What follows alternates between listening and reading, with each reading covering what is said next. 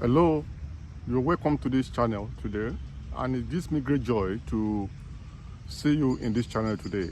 I am Dr. Olayinka Akanle. I'm a lecturer, I'm a mentor, I'm a life coach, I'm a consultant, I'm a public speaker, I'm a relationship manager, I'm an academic, I'm a scholar. And I'm going to be addressing a very important topic today: how to complete your PhD in record time. This is a very important topic, and I do sincerely appeal to you to follow me closely on this. Whether you are a PhD candidate, maybe you are planning to have your own PhD in the future, whether you are even a lecturer, whether you are even a mentor, whether you are even a supervisor, or you are a scholar and academic, I think once you are in scholarship and you operate within the remit of academics, directly or indirectly, this video will be very useful for you. Or you are even a parent, or a guardian, it's going to be very useful for you going forward. So meanwhile, if this is your first time of coming in contact with this channel, kindly subscribe to this channel. Please tap the notification button so when I drop content, you will be alerted. Like, comment and share this content and others as widely as possible. If you are a return viewer, that is, you have subscribed to this channel before, thank you very much for your faithfulness to this channel. Kindly like this content, share and comment. This topic, how to complete your PhD in record time, is very important to me because, one, is based on popular demand from people in my network. I had a very good experience when I was having my PhD. I finished on time. I completed a PhD on time. I had wonderful experience in terms of supervision. So when I even published during my PhD. So when people share on complementary experiences, I wonder, and I think sometimes it's due to knowledge gap, and that's why I want to fill this knowledge gap today. It could be knowledge gap or some other reason. So what are we talking about today? We'll fill knowledge gap and also talk to you practically. I hold a PhD degree, and I'm a supervisor. I supervise PhD candidates. I have quite a couple of them, even right now, that I'm working with on their thesis. I'm also an external examiner. I've examined theses in different universities across the world. Even dissertation as external examiner, and also mentor quite a number of people who are on their PhD. Some of them remotely, some of them physically. So against this background, I think it's good for us to look at this. And many have shared so many frustrating experiences in terms of having PhD. And also, many people also find it difficult to proceed with this PhD. Many even have fear in their hearts, making it difficult for them to even start. And many have dropped out of the PhD. PhD has the highest dropout rate when compared across all degrees. The completion rate of PhD is the lowest when you compare to maybe first degree, masters, and some other. So PhD is also true that not many people also proceed to PhD because of a number of factors. But generally, people have a lot of experiences that one wonder why these experiences are so traumatic this way. And many, though while some universities have systems in places to make sure that people complete their PhD, the completion rate is still very low. And while many may have complete their PhD in record time, many stay there for so long. Some of them 10 years, some of them 5 years, some of them 15 years, some of them don't even complete, they simply drop out. So I think, and this is very unnecessary, and PhD is a very relevant degree. I recommend that you have a PhD. It has a lot of advantages, and it's going to enhance your life chances, build your capacity and relevance. You're able to contribute, broadly speaking, across the world. So PhD is very important for you to have. So don't be discouraged, no matter what your experiences are. And I think from this experience, from this video today, you will be quite relieved when you have a lot of issues I'll be raising. Number one thing you have to know, there are three major issues that will determine your PhD experience. Number one is your supervisor. Number two, you. Number three, the environment. So the nature of your supervisor or his or her way of doing things will have a lot of implications for you, whether you complete or not. And even you, as an individual pursuing the degree, you need to realize that you're going to play a part, huge part, in determining how quickly or how late or even whether or not you complete the degree. Then the environment, that means the school or your family, where you find yourself, the institution, and some other environmental issues will determine. But this tripod is you need to pay attention to these three major issues. They are very important. The supervisor, you, and the environment. And you have control over the supervisor. You have control over yourself. And you have the control over the environment. So everything now, the ball is in your court. What do I mean by you have the control over your supervisor? You are the one that will pick your supervisor for a PhD sufficiently, because it's a requirement in many universities across the world. Before you are given an admission, you have to indicate the fact that you've spoken to somebody and that person is ready to work with you. So unlike first degree or masters, supervisors are not imposed on you. So it's left to you to pick a good supervisor, generally speaking. Yeah, I know. Most universities I know across the world, you have input to determining who's supervising you. And again, yourself, you have to work on yourself. That's your own role. So nobody can work on you. You have to work on yourself. Even if people want to assist you in working on yourself, it's still left to you. Then the environment, why the environment has control over you, you also have control over your environment to determine how you proceed in allowing the environment to work on you. So it now becomes very important for you to understand the environment in which you operate. So this tripod is very important. So number one thing you also need to pay attention to is that you must select or choose your supervisor carefully. Don't just say because you want to do a PhD, you just pick a supervisor. It's very important. Make sure your supervisor is interested in you, and your topic is very important. Don't force yourself on any supervisor as you are choosing or picking your supervisor. Even if your supervisor is given to you, you have the right to reject that supervisor. It's not compulsory. If the school is not ready to change it, you go to another university. Because your supervisor is very important. I tell you sincerely, even if you are ready, if you are interested, if you have a very nasty supervisor, you go to either drop out of that program or you stay there for so long. And it can be very depressing when you're not making progress on the account of your supervisor. Supervisor has a very big role. I've interviewed a lot of PhD candidates, and they put the blame, most of them indicated their supervisors as a major problem. And I agree with them to some extent. I agree these candidates also have their own issue, environment and their own issue, but your supervisor is the one on the driver's seat, if you like. If you want to move so fast, your supervisor is slowing you down. There's nothing you can do about it. So you have to research very well. This is another point. Research very well before you choose a supervisor. You must be careful. Don't be desperate and pick a supervisor that will frustrate you. It's very important. Apologies to supervisors, but supervisors have a lot of role. He or she is the one that will determine your speed and the quality of your work. So if you want to work fast and he believes you are too fast, it's going to slow you down. So you must check the track record of that supervisor, his supervision's footprint. Before you pick your supervisor, try to hear from the supervisees. If the person has produced PhD holders in the past, try to speak to the PhD holders that he or she has supervised in the past. Make sure your supervisor is humane and an expert in the area. If the supervisor is not so competent, PhD, you must do researches that will contribute to knowledge, usually new areas. So if your supervisor does not have competence in that area and is not ready to learn along with you, there's going to be a problem. So interest, competence, and expertise of your supervisor is very important. So you have to research into your supervisor or your would-be supervisor intentionally and deliberately.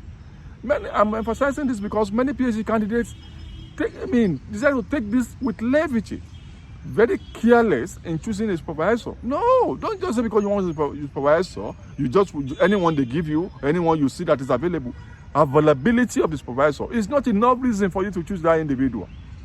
He must be competent, he must be interested in you and your research, and must be humane. If you have a supervisor that is not so humane, you're going to be frustrated most likely. So research into that supervisor. Read him. Read his or her works so you can understand how he or she thinks intellectually and socially. Read him. Read all his works or our works. When I was on my PhD, I read a lot of works of my supervisor, his publications. When we had discussions, I was carefully reading his mind to the extent that I was able to understand him to a certain extent. So that made our work. I had a very fantastic supervisor. Very fantastic one. By the way, my supervisor during my PhD is the distinguished professor of sociology of development, Professor Lanre Olutayo. He supervised me. I had very nice experience. So when people share their nasty experience about their nasty experience about PhD supervision, I find it difficult to understand. But now with me also being the supervisor of many PhD candidates now, having graduated PhD candidates, examining PhD candidates across the world, and mentoring PhD candidates across the world, I now understand. And that's why I've decided to make this video to contribute to it. So research your supervisor. And number 3, manage your supervisor. Manage him. Understand him. You have to factor him or her into the equation of your life. Socially, academically, scholarly, even spiritually. You have to manage him. Understand his likes and dislikes. And try to work around that. You can't impose yourself on your supervisor. Just once you have done all I've said earlier, then manage him carefully. Life is all about management. Relationship management is very important on your PhD. So manage him. Don't be so rigid. You have to be dynamic. It's a relationship. So you have to manage your supervisor very well. Understand him or her and manage him. Don't be so irritable. And don't let your supervisor notice that you are so irritable. It's a relationship. PhD supervision is about mentoring. It's a process. It's not like first degree that you end within 3 months. Even if your school has a process that says I know some universities in Europe, America, even Australia and Canada, even South Africa, they have strong systems in places that will make sure you graduate maybe within 2 or 3 years, except you want to drop out. But many universities across the world, many continents, don't have such. Even at that, in those universities I mentioned across those continents, in Europe, America, Canada, Australia, even United Kingdom and all the rest of them. Even in those places, it's not easy. I have mentors on all those continents who still complain about their experiences. Some of them you wonder, very harrowing. But even when you come to Latin America, the Caribbean, or Africa, or Asia, it's a totally different ballgame. It can be tortuous. It can be traumatic, having a PhD or going through PhD. So it's very important that you manage your supervisor and manage your relationship. Warm yourself, win his or her heart. Not by doing things that are untoward, but but just manage. They are human beings. Understand where they are happy, understand where they are not happy, understand where they want to see you, understand where they don't want to see you, understand their verbal and non-verbal communication. It's very important. So you place yourself appropriately. Then choose a topic that you are interested in and that your supervisor is interested in. Choose interesting topics. Don't impose topics on yourself or your supervisor. And how do you do this? Do extensive literature research. I did a video on how to get fantastic topics for your project or your dissertation. You can base this on social problems around you, technological problems. You can base it on academic problems, gaps, a number of them. You can even talk to your supervisor to give you a topic that you both agree on. If you impose a topic on your supervisor, he or she may not be interested, and she may not be able to tell you, or he may not be able to tell you. It will just begin to, or if he or she express doubt, and you still insisted on going that route, then there might be a problem. She may not want to force anything on you, or he may not want to force anything on you. It will just keep quiet and be watching you, and in the long run, you will not enjoy it. So make sure you agree on a topic that is interesting to you and your supervisor. And you must have capacity to research into the topic. It's not just because the topic is fanciful, so you just decide this is what I want to do. So you must be interested. Choose a topic that you and your supervisor are interested in. It's very important. This is very key. Then be focused. Be focused. Don't just be casual. Many PhD candidates are very casual. They allow the PhD to linger because they have other things. Many are employed in other places. Many have family issues. Many have marital issues. Many have financial issues. So you have to maintain focus. PhD is very good, I tell you. When you have a PhD, so I can tell you of a fact that PhD is very good. Don't let anybody deceive you and say you don't need a PhD. You already have money. You already have good job and career. No, PhD is very good. Make sure you have your PhD and get a PhD. I tell you, you have nothing to lose having a PhD. So make sure you focus and be resilient. Don't just be pushed away.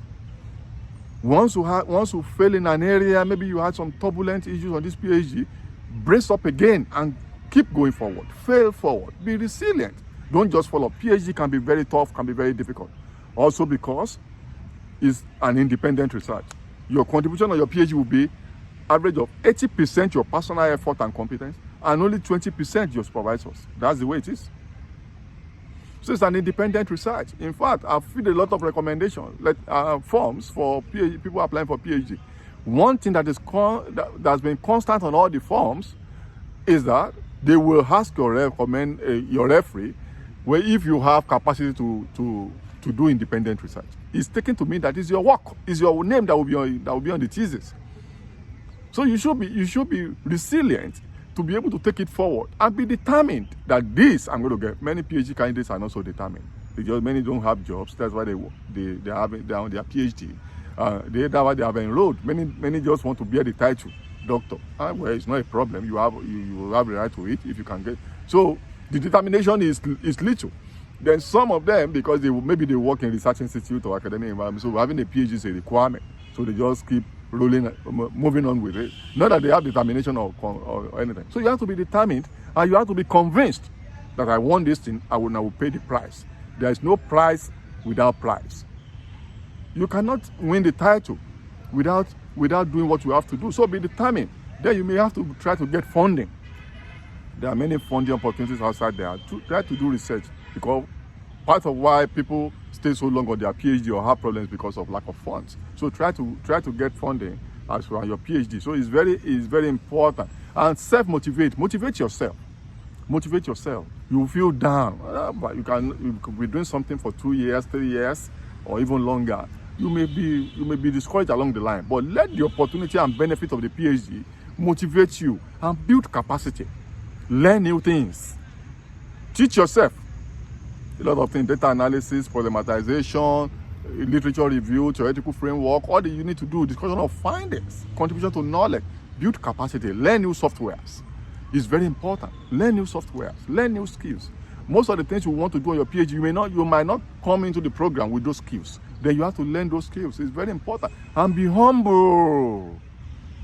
Whether you like it or not, your supervisor is still your superior until you have the PhD. If you don't have the PhD, you now become colleagues. But when you're on that program, he or she is your superior. So be humble. Listen to him, whether you are in the US, you are in the UK, you are in Australia, Canada, South Africa, where there is equality and equity in everything. You need to be humble. Otherwise, you're going to have problems. Don't enforce your right all the time. I'm not saying you should be enslaved. No, I did a video on mentoring. It's not slave-master relationship. But be humble, be calm. Don't argue all the time. If you argue all the time, your supervisor may see you as very garrulous and may not feel comfortable around you. And may begin to push you back or build defense around you. May not be able to go with you and PhD is about formality and informality. If you allow your supervisor to begin to deal with you formally, then you have problem. If it's only formal networks you are using, no, you need to be humble. Don't argue with him or her, and be responsible. Be responsible to the work. It's very important. And be ready to learn all the time. Be careful, and all the time, always be socially ready. Be mentally ready for PhD. PhD is a very tortuous, is a very, let me say, challenging process. It's a challenging process. PhD, the process of having a PhD is a challenging process. PhD is so rewarding, but it's also challenging. You have to learn new things, read for months, for years. You are still reading. You are still reading. It may be monotonous along the line, so you may just lose interest. So be mentally ready. Let your mental health be intact. Let your mental health be intact. You will need strong mental health to go through your PhD. So be mentally ready. Be sure that you are ready mentally. And socially too. You have to be ready socially. You must be ready to go through the challenges of PhD, because the price will be worth more than the prices you have to pay in the long run. You will look back and say, wow, how did I go through all those periods? So that's why you also you must be socially ready, and you must be mentally ready. Socially also, you have to build networks around yourself. Networks of good PhD students, brilliant PhD candidates. Join networks online, join networks physically. Don't join networks of people that are always running down their supervisors. Or they're always telling you stories about how somebody did not finish until 10, 20 years. I know how somebody was bullied by the supervisor, how somebody had to drop out. Don't join people who gossip their supervisors. Sometimes I'm in my office, or even in some conferences, you see people on PhD gather. They will just gather and be saying all manners of negative things about their supervisors, even about their school universities. No, you shouldn't do that. Don't blackmail anybody. Blackmail will not take you far. Don't forget, when you finish the PhD, you're going to join the academia, or you're going to be within the network of scholars. And you will be the supervisor yourself in the future, possibly. So don't blackmail anyone. Just do your work, and make sure that you just surround yourself with good people, and try to manage the politics. Manage the politics. There's no politics about it. Yes, that's the environmental issue, one of them. Manage the politics. In some universities, you have to be careful. Understand the networks and relationships of your supervisor. Some universities in Africa, Asia, and some other places, there are camps in the department where you're having your PhD. If you discover that your supervisor does not belong to this camp, be careful how you relate with that camp. That's an example. If your supervisor does not want you to be relating with some group of people, maintain relative distance from those people. I'm not saying you should inherit the enemies of your supervisor. No, that's not what I'm saying. But there are politics everywhere. There are camps, there are do's and don'ts. In some places, you must attend seminars. They prefer you to come to seminars. Maybe you have to attend seminars 75% of the time, PhD seminars or other activities in the department. Some places, they say about mentor, they want you to also join them in supervision. In some places, they want you to join them as a tutorial assistant. In some places, they want you to also be giving some services to the department. So understand some of these dynamics, even though they are not on paper. Make sure you understand them, the politics of it, and play along with the politics. Don't be caught in the crossfire of the politics. So just try as much as possible to do your best. And in all of this, be aware that PhD is challenging, but it's very interesting. It can be fun. So create fun around it. Make friends, read, and don't frustrate yourself. Just be calm and be focused. It's a very fantastic experience. PhD, in fact, I don't mind. Maybe I'm just trivializing it, but it's very interesting. If you do all of this, read as much as possible casually. Don't push yourself too hard. If you feel that you are working too hard, relax, enjoy, listen to good music, take vacation, but be focused that your vacation must be related to your PhD. So, and if you do all of this, I don't think you're going to have any problem, actually. And you will enjoy your PhD, and you will finish in record time. So you must understand all of these that I've mentioned, and I'm sure you will be fine. So be very open, dynamic, understand the context. CONTEXT. Be relevant to the context where you are doing the PhD. Understand the scenario and manage the scenario very well, and you'll be fine. If you write, don't be afraid, don't be scared of your supervisor and the system, and you will be fine. I see you complete your PhD in record time. Make sure you finish that PhD and enroll if you have not. PhD is very good, and you will finish in record time. Until I see you in the next video, kindly subscribe to the channel if you have not. Share this content as widely as possible. Comment and like. Until I see you in the next video, stay tuned.